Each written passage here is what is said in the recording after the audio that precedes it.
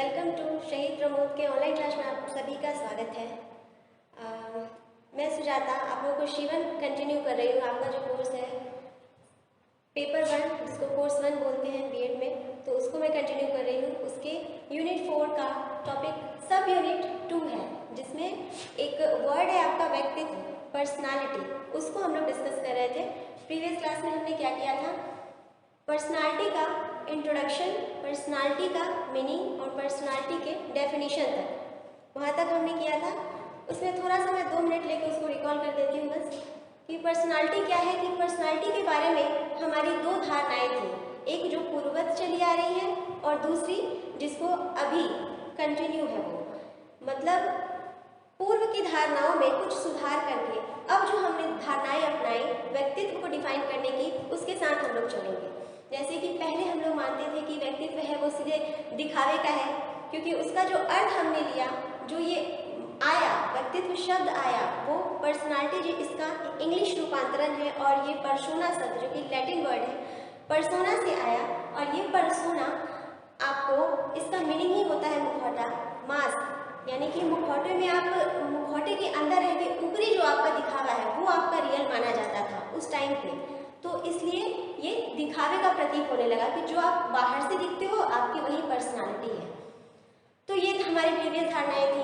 अब क्या है कि हमारे जो व्यवहार में दिखता है, व्यवहारों में जो झलकता है, उसको हम व्यक्तित्व कहते हैं। जैसे कि व्यवहार से अब आप क्या समझते हैं, बात आई कि अगर व्यवहार है और व्यवहार पर्सनालिटी को दिखाता है, तो हमारे व्यवहार में 3 चीज़ों का समावेश होता है। एक तो आप जो सोचते हैं, जो आप संज्ञान में लेते हैं, फर्स्ट की कॉग्निशन आपका क्या है, आप क्या सोचने समझने की क्षमता रखते हैं वो। फिर बिहेवियर में आपका आ जाएगा आपका मतलब फिजिकल थिंग्स, जैसे कि आप क्या क्रियाकलाप करते हैं, अपने हाथ के थ्रू, अपने पैर के थ्रू, अपने बॉडी मूवमेंट के थ्रू, तो वो physical. And third one is आपका इमोशंस, वो आपके बिहेवियर को डिफाइन करेगा, and which is define your personality also. तो बिहेवियर से आया पर्सनालिटी, जो अभी प्रश्न में है कि हमारे सिर्फ तो जो हमारा व्यक्तित्व है वो हमारी पुरानी धारणाओं के साथ साथ जो अभी तत्काल में जो चल रही है, कि न सिर्फ वो हमारे मानसिक क्रियाओं का, बल्कि वह हमारे व्यवहार का, हमारे समाज में जो प्रतिक्रियाएं होती है, क्रियाएं होती है, सबका एक सम्मिश्रित योग बोल सकते हैं आप उसको। क्योंकि हमारा जो व्यक्तित्व है न सिर्फ एक चरित्र से, आपके व्यवहार से डिफाइन नहीं होता, वो सभी निर्देशित चीज़ों को मिला करके ही हमारा व्यक्तित्व बनता है। तो आज इतनी तो हो गई प्रीवियस बातें। इसमें हमने ये भी पढ़ा था कि उसकी परिभाषाएं पढ़ी थी। परिभाषाओं में एक तो परिभाषा बहुत इंपॉर्टेंट मानी जाती है, ऑलपोर्ट की परिभाषा, ऑलपोर्ट महोदय की परिभाषा बहुत विख्यात है, जिसमें हर चीज़ों का समावेश कर दिया उन्होंने। जो अलग अलग मनोवैज्ञानिकों ने अलग अलग भेद दिए इस व्यक्तित्व के परिभाषा में, उन्होंने सबको सम्मिलित करके एक परिभाषा दे दी।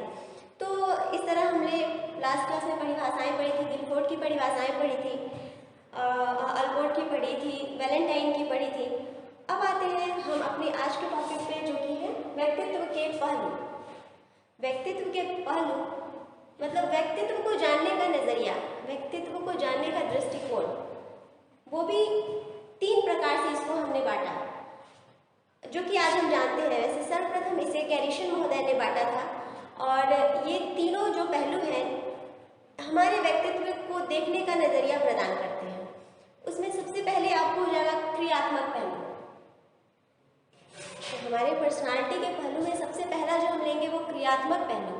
क्रियात्मक पहलू से तात्पर्य हुआ कि अगर कोई व्यक्ति अपने क्रियाकलापों के थ्रू किसी चीज को दिखाता है, जैसे कि क्रियाकलाप उसका हो गया संवेदना, उसकी मतलब हाव भाव दिखाने की, मतलब किसी क्रिया के प्रति जो वो प्रतिक्रिया दिया, तो ये सारी जो भी क्रियाकलाप वो करता है किसी निर्देशित लक्ष्य के प्रति, या फिर आप घर समाज में, स्कूल में, विद्यालय के वातावरण में जो प्रतिक्रियाएं देते हैं, वो भी आपके व्यक्तित्व को निर्धारित करती है, वो भी आपको अच्छा बुरा बनाती है। तो सबसे पहले तो ये देखा जाता है कि आपने क्रिया किया तो क्या वो क्रिया सही था या क्रिया वो गलत की तरफ चला गया। इसीलिए कहते हैं कि व्यक्तित्व को व्यक्ति प्लस तत्व से बांटा गया है। उन तत्वों में पॉजिटिव और नेगेटिव दोनों चीज़ें आती हैं, सकारात्मक और नकारात्मक दोनों चीज़ें आती हैं, और ये हमारी क्रिया के थ्रू ही हम उस चीज़ों को जान पाते हैं। तो हम अगर व्यक्तित्व को जानना है, व्यक्तित्व को समझना है, तो हम उसके क्रियाकलापों पे पहले ध्यान देंगे। गैरीसन महोदय ने 3 प्रकार से व्यक्तित्व के पहलू को जानने का काम किया है। पहला हो गया आपको क्रियात्मक पहलू, दूसरा हो गया सामाजिक पहलू, और तीसरा हो गया आपका कारण संबंधी पहलू। तो पहला हमने देख लिया कि क्रियात्मक पहलू हो गया, आपके कार्यों को निर्देशित करता है। फिर है सामाजिक पहलू।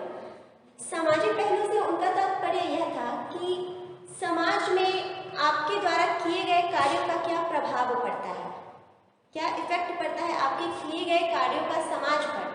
जैसे कि आपने तो कार्य कर दिया, उसके बाद समाज है वो सोचेगा, वो निर्धारित करेगा अपने तरीके से कि चलो ये अच्छा किया, ये बुरा किया। आपने तो किया वो अपने तरीके से अच्छा ही किया होगा, लेकिन समाज का जो नज़रिया है वो आपका आ गया आपके व्यक्तित्व को निर्धारित करने के लिए। तो ये एक दूसरा पहलू उन्होंने बताया। तीसरा पहलू जो आया वो हमारा है कारण संबंधी पहलू, कि अगर कोई व्यक्ति कोई भी कार्य करता है तो इसके पीछे कारण क्या है। और हमारे यहाँ है कि आप कोई भी चीज़ करते हैं उसका निर्धारण समाज करता है। तो समाज है वो पहले सोचेगा कि इसने अगर ऐसा किया, अगर ये डॉक्टर बन गया, अगर ये चोर बन गया, तो ऐसा क्यों हुआ, इसके पीछे का क्या कारण हो सकता है, उसके चोर बनने के पीछे क्या कारण हो सकता है। तो ये उसके कारण को भी समाज, अब आप पे जैसे सेकंड में क्या था कि सामाजिक पहलू था, आपके क्रियाकलापों को समाज ने देखा, अब समाज अपना जो निर्णय है वो आप पर थोपेगा कि आपका व्यक्तित्व ही ऐसा है कि आपने ऐसा किया, आपको वो करवाया गया, आपके परिवार के माध्यम से हो, चाहे वो आपके आपसी वातावरण जो कि समाज भी है, समाज ने ही करवाया और समाज ने ही आप पर डाला। तो ये 3 पहलू से आपके व्यक्तित्व का निर्धारण होता है। इस तीनों पहलू दृष्टिकोणों से आप किसी व्यक्ति के व्यक्तित्व को निर्धारित करते हैं, बताते हैं कि हाँ ये व्यक्ति का व्यक्तित्व ऐसा है वैसा है। तो ये हो गया आपका एस्पेक्ट्स, और ये टॉपिक था आपका कैरेक्टरिस्टिक्स। अब आएगा एस्पेक्ट्स ऑफ पर्सनालिटी की बातें, जो कि 3 पार्टों में किसने बांटे थे, गैरीसन महोदय ने बांटा था। 3 पार्ट में इसको डिवाइड किए थे, एक था क्रियात्मक, दूसरा सामाजिक और तीसरा कारण संबंधी पहलू। अब आते हैं हम इसमें व्यक्तित्व की विशेषताओं पर, व्यक्तित्व की कैरेक्टरिस्टिक्स पे आते हैं। तो व्यक्तित्व का अगर कैरेक्टरिस्टिक्स समझे तो इसमें भी बहुत सारी बातों का समावेशन है। जैसे कि पहला आपका हम बात करें तो एक होता आता है आत्मचेतना, सेल्फ कॉन्शियसनेस।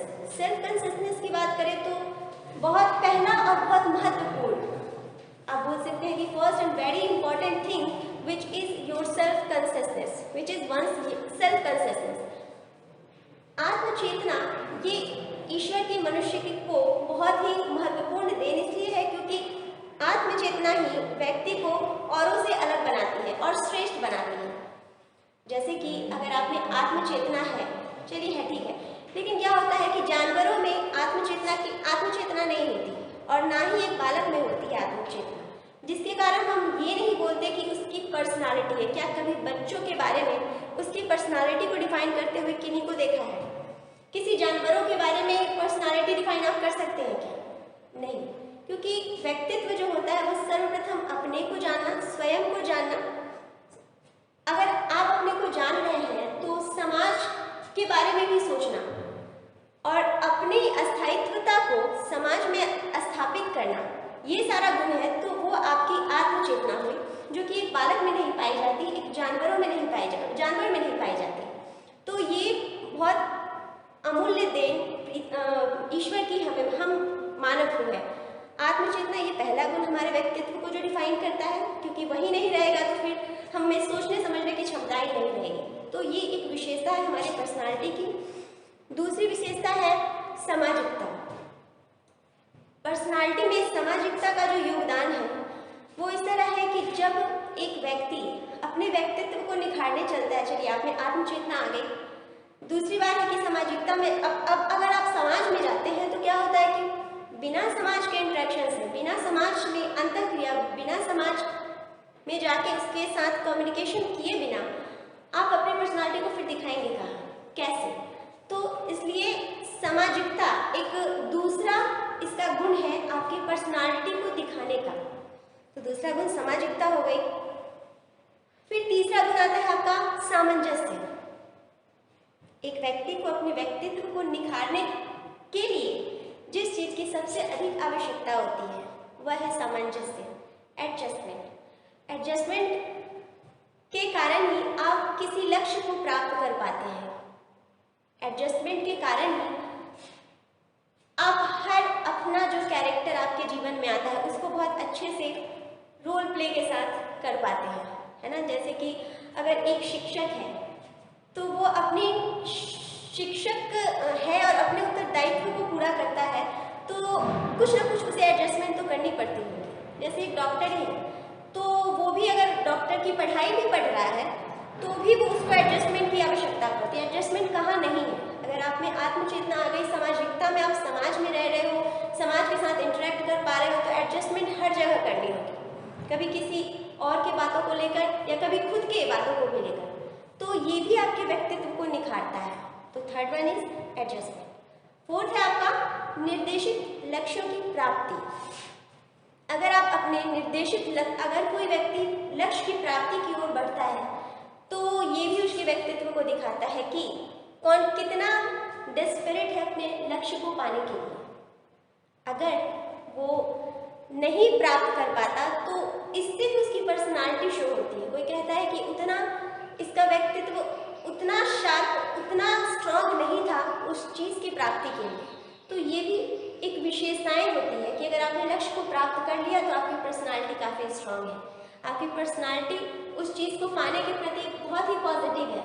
हर जगह ये दो बातें आती हैं, पॉजिटिव नेगेटिव। तो पर्सनालिटी को आपका ये गोल डायरेक्टेड क्या कह सकते हैं उसको, गोल डायरेक्टेड इंटेरोगेशन या कुछ भी, ये आपकी पर्सनालिटी को डिफाइन करेगा। ठीक है। नेक्स्ट वन आता है दृढ़ इच्छा शक्ति। लक्ष्य प्राप्ति निर्देशन हो गया।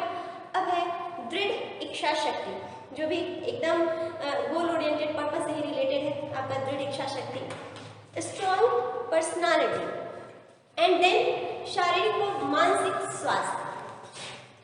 शारीरिक और मानसिक स्वास्थ्य। अब ये तो वेरी इंपॉर्टेंट थिंग इसलिए है क्योंकि जब आपका मानसिक स्वास्थ्य ठीक रहेगा और जब आपका शरीर प्रॉपर वे में वर्क करेगा तब जाके आप पर्सनालिटी को शो करोगे। तो शारीरिक और मानसिक स्वास्थ्य दोनों को तालमेल के साथ काम करने की आवश्यकता होती है आपके पर्सनालिटी को दिखाने के लिए। तो ये सिक्स कैरेक्टरिस्टिक था आपके पर्सनालिटी का। एंड नेक्स्ट वन इज एकता एवं एकीकरण। अगर मैं इसकी बात करूं एकता और एकीकरण की, तो जैसे आपके शरीर को प्रॉपर वे में काम करने के लिए कोई एक अकेला अंग नहीं कार्य कर सकता। जैसे कि आप देखते ही हैं तो सिर्फ देखने से आपका काम नहीं चलता, आपके मस्तिष्क को सोचना भी होगा, है ना। तो एकीकरण और एकता हर जगह लागू होता है। तो वैसे ही व्यक्तित्व है कि सिर्फ अकेला कोई एक पहलू आपके व्यक्तित्व को डिफाइन नहीं करेगा। आपकी कैरेक्टरिस्टिक्स को, आपके कैरेक्टर को, आपके भावात्मक अफेक्शन को, है ना, आपके साइकोलॉजी को, आपके साइकिक पर्सपेक्टिव को, हर कुछ मिलकर एक एकीकरण के रूप में जब बनेगा तब जाके आपका व्यक्तित्व परिभाषित होगा। तो ये भी एक व्यक्तित्व की कैरेक्टरिस्टिक्स में इसको भी कैटेगराइज कर सकते हैं कि एकता और एकीकरण के साथ आपका व्यक्तित्व दिखता है। और लास्ट वन है विकास की निरंतरता। व्यक्तित्व है एक ऐसा शब्द जिसे आप कहीं किसी भी जगह किसी भी क्षेत्र में बांध नहीं सकते हैं। ये है वो आपका हमेशा निरंतर वे में चलते रहता है, क्योंकि जहाँ कहीं कठिनाई आए, कहीं एडजस्टमेंट ही करना हुआ तो वहाँ भी आपका व्यक्तित्व दिखेगा। वहाँ पे भी आपको अगर किसी भी समय किसी चीज़ के बारे में सोचना हो, किसी नई नीति को लागू करना हो या अपने में बदलाव करना हो, तो भी आपको हमेशा आप में एडजस्टमेंट, आपके व्यक्तित्व में या तो निखार ही आएगा, डेफिनेटली निखार ही आएगा। Either it doesn't matter that it is positive way, in the positive way और नेगेटिव, बट आएगा, कुछ ना कुछ बदलाव आएगी। यानी कि आपका जो ये निरंतरता है विकास की आपके व्यक्तित्व में, वो लाइफ लॉन्ग प्रोसेस है और वो हमेशा चलती रहेगी। तो आपने अभी तक जान लिया what is the introduction, what is the meaning and what is the definition of character, what is the definition of personality. और आज आपने जाना कि different aspects of personality and characteristics of personality. तो नेक्स्ट क्लास में हम इसे थोड़ा और कंटिन्यू करेंगे एंड देन ये फिर टॉपिक खत्म होगा। Thank you.